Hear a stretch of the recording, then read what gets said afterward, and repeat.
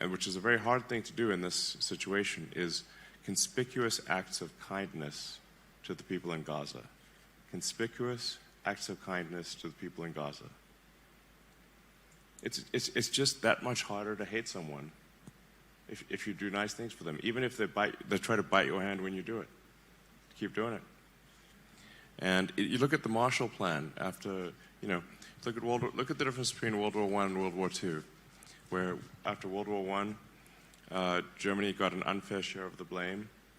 It led to immense bitterness. It's what allowed Hitler to rise to power, was the embittered German soldiers from World War I. But then you look in contrast to what happened after World War II. You had the Marshall Plan. So you had, you had the United States coming in and actually funding the rebuilding of Germany and the rebuilding of Japan. How often does that happen in history? But look at the results. No war with Germany, peace with Japan and Germany for now, soon it'll be almost a century.